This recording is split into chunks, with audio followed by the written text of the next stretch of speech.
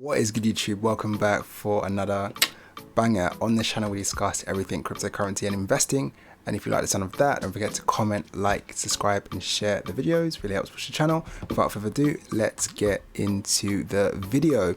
So Visa has announced that they are planning to launch a software that would integrate with banks. So Visa is planning to launch a suite of software applications for banks to enable crypto trading. The card issuing giant has partnered with Anchorage for custody and executing crypto trades. Anchorage was the first crypto bank basically to receive a federal banking license or charter in the United States, and US bank First Boulevard will be the first bank to integrate this new Visa service. This is ultra bullish news. The plan is to roll it out this year to give banks access to buy, sell and store crypto assets for customers.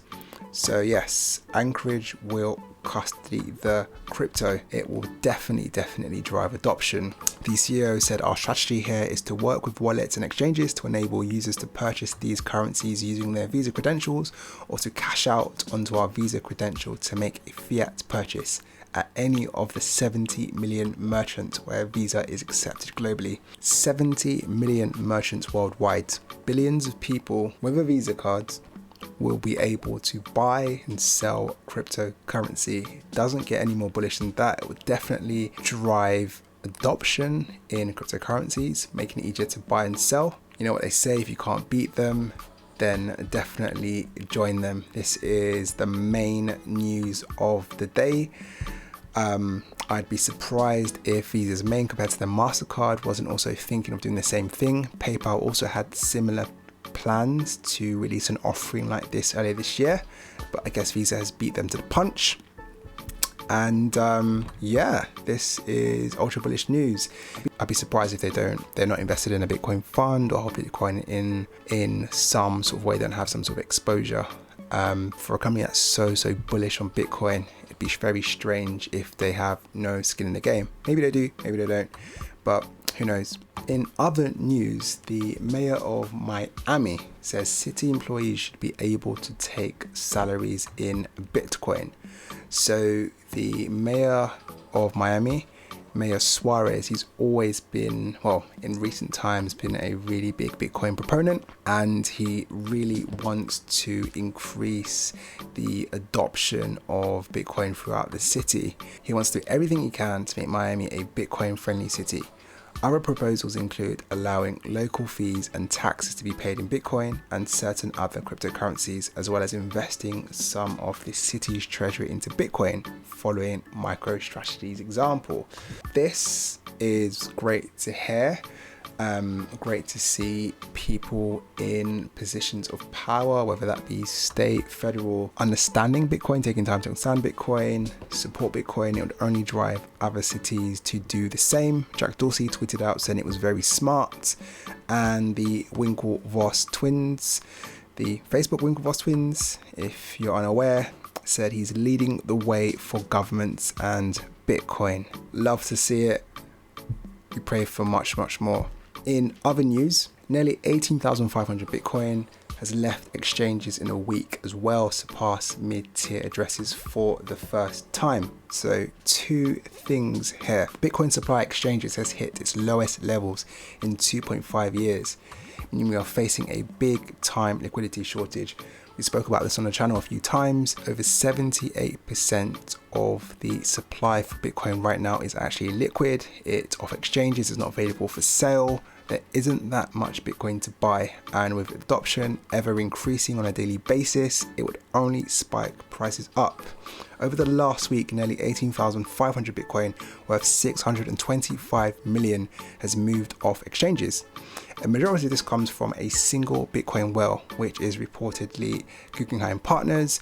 Guggenheim Partners, they recently became effective with the SEC to invest to $500 million worth of Bitcoin, which was 4 days ago. Graph here by Glassnode just indicates and illustrates this, showing how more and more Bitcoin is being depleted from exchanges, which is very, very bullish, as it shows that it's not a speculative bubble and people aren't keeping Bitcoin on exchanges in anticipation of selling very quickly. They're taking their time to take them off exchanges and lock them up in cold storage, which would indicate long-term plans to hold. In other news, great news for Polkadot. The world's first Polkadot ETP is to be listed on SIX exchange. So it's by 21 Shares, who's also responsible for several other crypto ETPs like Bitcoin, Ethereum, XRP. So these are exchange traded products, which probably the easiest way to get invested into Bitcoin or a cryptocurrency. You buy it for your brokerage, so whether that's Charles Schwab or Trading 212 if you're in the UK, and you're able to hold that in your stock portfolio, and that particular ETP will mimic the price of Bitcoin, Ethereum, Polkadot. So this particular one will be Polkadot. So you could hold this in your brokerage account, and if you've got some sort of tax-free brokerage account, it would be a very efficient way to, say, gain access to Polkadot, or whichever ETP you wish to buy. So yeah, great news for Polkadot. Polkadot, I believe, now has the biggest developer ecosystem and community outside of, or apart from Ethereum. So Polkadot's getting a lot of hype at the moment, and this may be the reason for the massive surge in prices for Polkadot. So yeah, big up Polkadot. In other news, Grayscale has just bought $38 million worth of Ethereum on behalf of institutional investors. So they had closed their Grayscale Ethereum Trust very, very briefly in December and stopped making purchases, and then bam, $38 million worth of Ethereum. So don't believe that institutions are just interested in Bitcoin. Institutions are also very, very, very interested in Ethereum. You've just seen Visa had a partnership with USDC to actually settle transactions using stablecoins, which would be on Ethereum blockchain, and you've got the Ethereum Alliance with companies like JP Morgan, Microsoft. So there we go. In other news, Cardano successfully had its merry hard fork, which brings it one step closer to Goguen. For those who are unaware, Goguen is the next stage in the roadmap for Cardano, which will bring smart contracts to the platform. Currently, Cardano does not have the ability to process smart contracts, which means it can't have decentralized applications.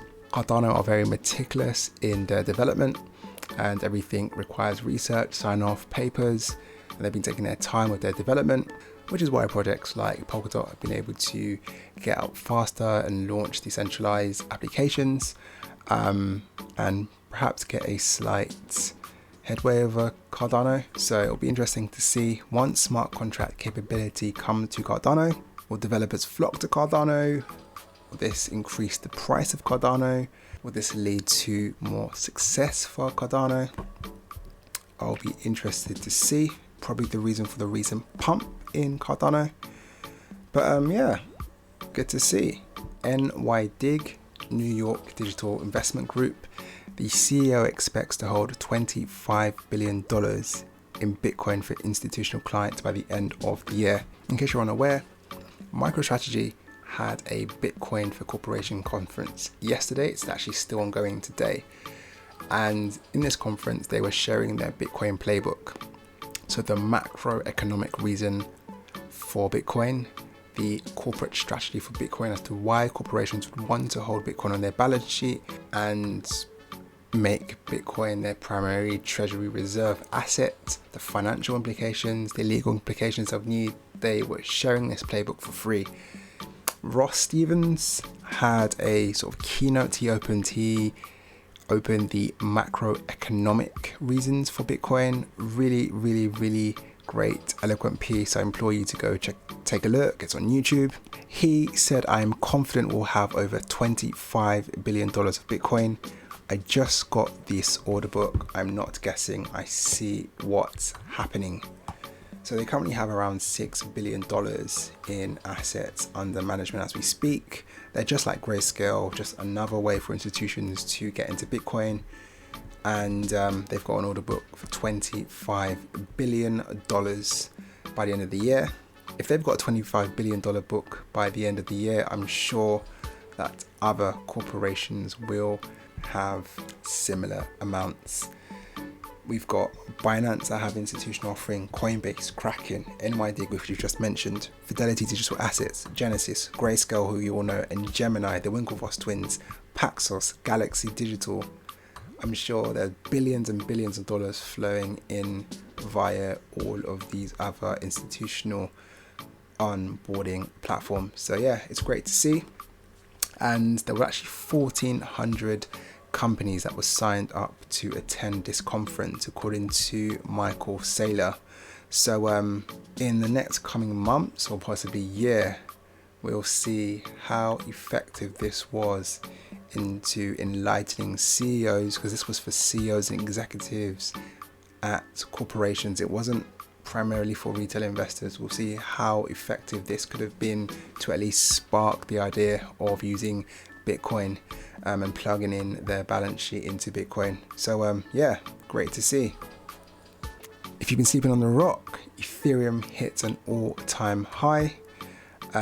We've got CME futures launching very, very, very shortly, and yeah, investors have been piling into Ethereum. Ethereum seems to be outperforming Bitcoin this year, but in terms of BTC value, Ethereum still actually has a long way to go, so it was due an increase in USD value.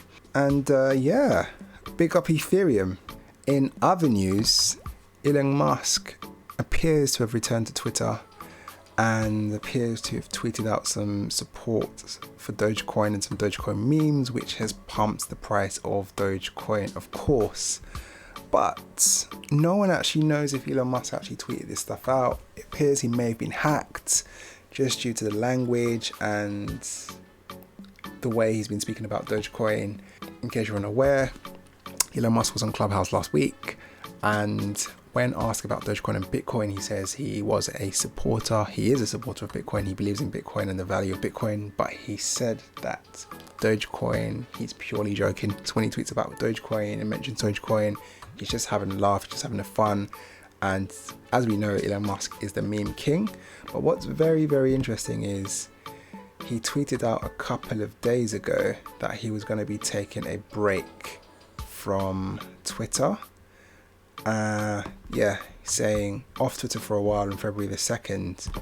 All of a sudden, he just starts tweeting out memes for Dogecoin and talking about shorting, and it's the frequency of the memes that is very strange as well. And also the fact that they've pointed out Elon Musk normally tweets from an iPhone, but this appears to have been tweeted from the web, so perhaps he was hacked, who knows. But that has propelled Dogecoin to the moon again. I would implore you to be very, very, very careful, guys. I've had a few friends who've just jumped in the cryptocurrency space because Dogecoin was trending on Twitter and they thought they could make some quick money. Bought Dogecoin around 7-8 cents at the top, and yeah, they're left holding a bag as Dogecoin came crashing down.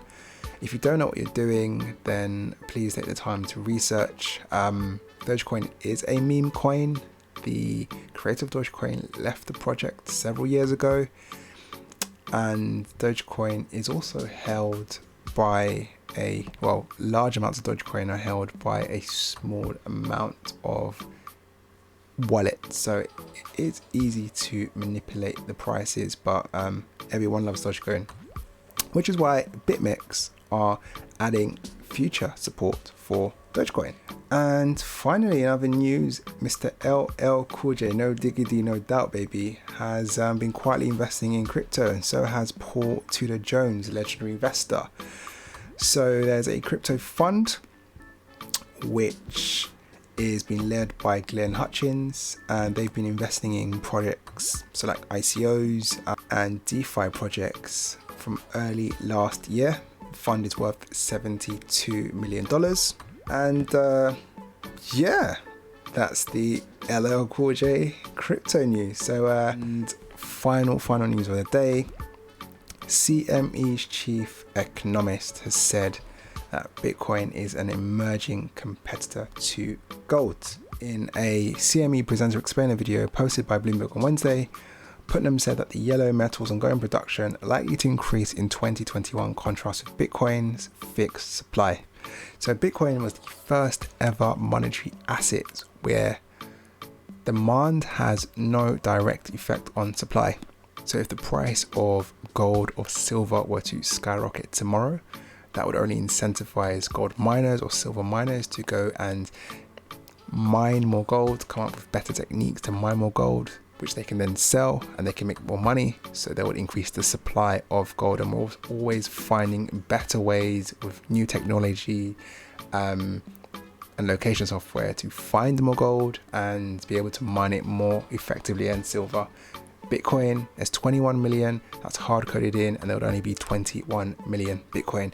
It's the best hard and sound money that we've ever been able to create, and it's the best that we currently have, turning thermodynamic energy into money.